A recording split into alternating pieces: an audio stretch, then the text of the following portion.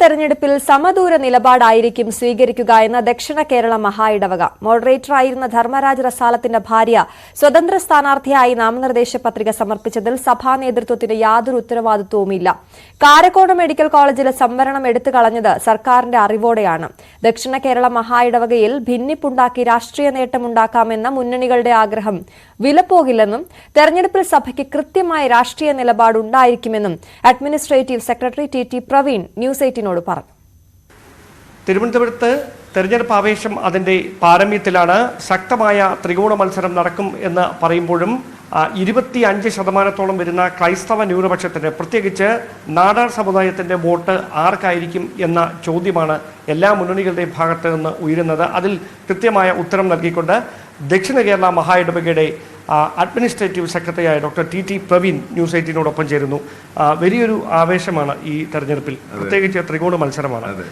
സഭയ്ക്ക് ഔദ്യോഗികമായ എന്തെങ്കിലും ഒരു നിലപാടുണ്ടോ തെരഞ്ഞെടുപ്പിൽ ആരെ പിന്തുണയ്ക്കണമെന്ന്? 2024 പാർലമെന്റ് ഇലക്ഷനെ സംബന്ധിച്ചിടത്തോളം ദക്ഷിണ കേരള മഹായിടവകയ്ക്ക് പ്രത്യേകിച്ച് ഒരു സ്ഥാനാർത്ഥികളോടും അനുകമ്പയില്ലാത്ത നിലപാടാണ് സഭാ നേതൃത്വം എടുത്തിരിക്കുന്നത്. സമദൂര നിലപാടാണ് എടുത്തേക്കുന്നത്.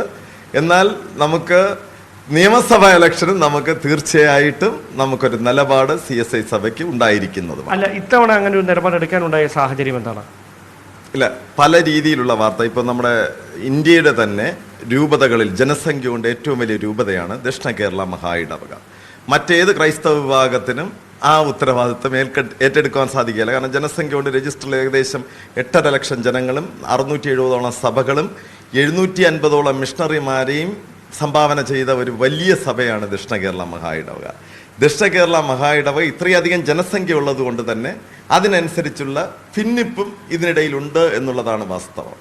അപ്പോൾ ഈ ഭിന്നിപ്പുള്ളത് കൊണ്ട് വളരെ ന്യൂനപക്ഷമായ, ഇപ്പോൾ ഈ സഭയിൽ നിന്ന് CSI സഭയിൽ നിന്ന് തന്നെ പിരിഞ്ഞു പോയി കോൺഗ്രിഗേഷണൽ പാരമ്പര്യം മാത്രം നടത്തി വരുന്ന, ആ രീതിയിലുള്ള ആരാധന നടത്തി വരുന്ന 100ഓളം ജനങ്ങളുള്ളവർ തന്നെ ഞങ്ങൾക്ക് നിലപാടുണ്ടെന്ന് പറയുന്നു. അതുകൊണ്ട് സമദൂര നിലപാട് ഈ സഭാ നേതൃത്വം എടുക്കുകയും ഈ സഭയ്ക്ക്, സഭാ ജനങ്ങൾക്ക്, സഭയുടെ തലമുറയ്ക്ക് നന്മ വരുന്ന രീതിയിലുള്ള ആവശ്യങ്ങൾ സംസ്ഥാന തലത്തിൽ നമുക്ക് ആവശ്യങ്ങൾ വരും. അപ്പോഴൊരു നിലപാടെടുക്കുവാനാണ് ഈ സഭാ നേതൃത്വം. ഞാൻ മനസ്സിലാക്കുന്നത് വെച്ചാൽ 2,60,000 വോട്ടുകൾ ഈ ദക്ഷിണ കേരള മഹായിടവകയിൽ നിന്ന് മാത്രം ഈ തിരുവനന്തപുരം ലോക്സഭാ മണ്ഡലത്തിലുണ്ട്.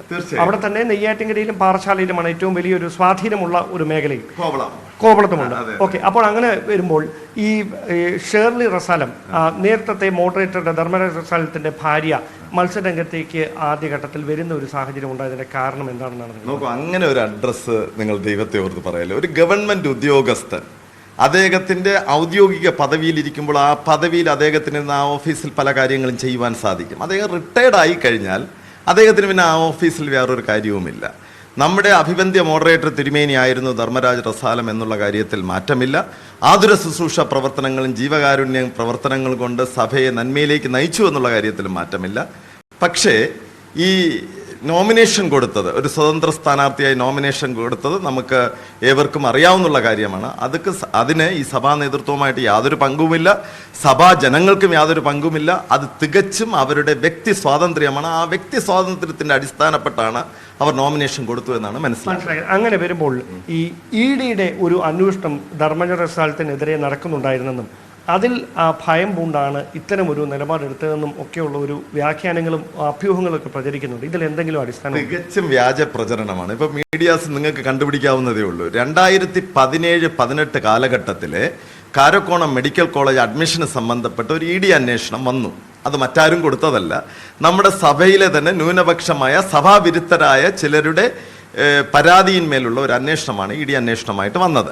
അതിൻ്റെ അന്വേഷണം ഏകദേശം ഒരു 4-5 മാസത്തോളം നടത്തപ്പെടുകയും അന്വേഷണത്തിനൊടുവിൽ അവർ കാരക്കോണം മെഡിക്കൽ കോളേജ് 95 ലക്ഷം രൂപ ഫൈൻ അടയ്ക്കണമെന്നുള്ള തീർപ്പ് കൽപ്പിക്കുകയും ആ ഫൈൻ അടച്ച ആ കേസ് തീർപ്പാക്കിയിട്ടുള്ളതുമാകുന്നു.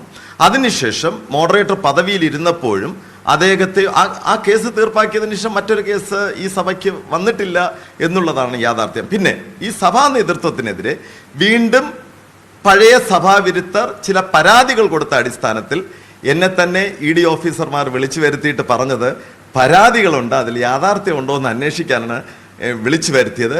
കേസുകളൊന്നും നിലവിലില്ല എന്ന് അവർ അറിയിക്കുകയും ചെയ്തിട്ടുണ്ട്. അങ്ങനെയാണെങ്കിൽ നിലവിൽ ഈ BJP വലിയ തരത്തിലുള്ള ഒരു പ്രചാരണം, പ്രത്യേകിച്ച് രാജീവ് ചന്ദ്രശേഖരയുടെ മണ്ഡലം തിരിച്ചു പിടിക്കുന്നതിന് വേണ്ടിയിട്ടുള്ള ഒരു ശ്രമമാണ് നടത്തിക്കൊണ്ടിരിക്കുന്നത്. അവിടെ സഭയ്ക്ക് ഈ സമദൂരം എന്ന് പറയുമ്പോഴും ആ സമദൂരം ഏതെങ്കിലും ഭാഗത്ത് ഒരു ശരി ദൂരമായി ഒരു മുന്നണിക്ക് അനുകൂലമായി മാറാനുള്ള സാഹചര്യം ഉണ്ടോ ഈ തെരഞ്ഞെടുപ്പിൽ?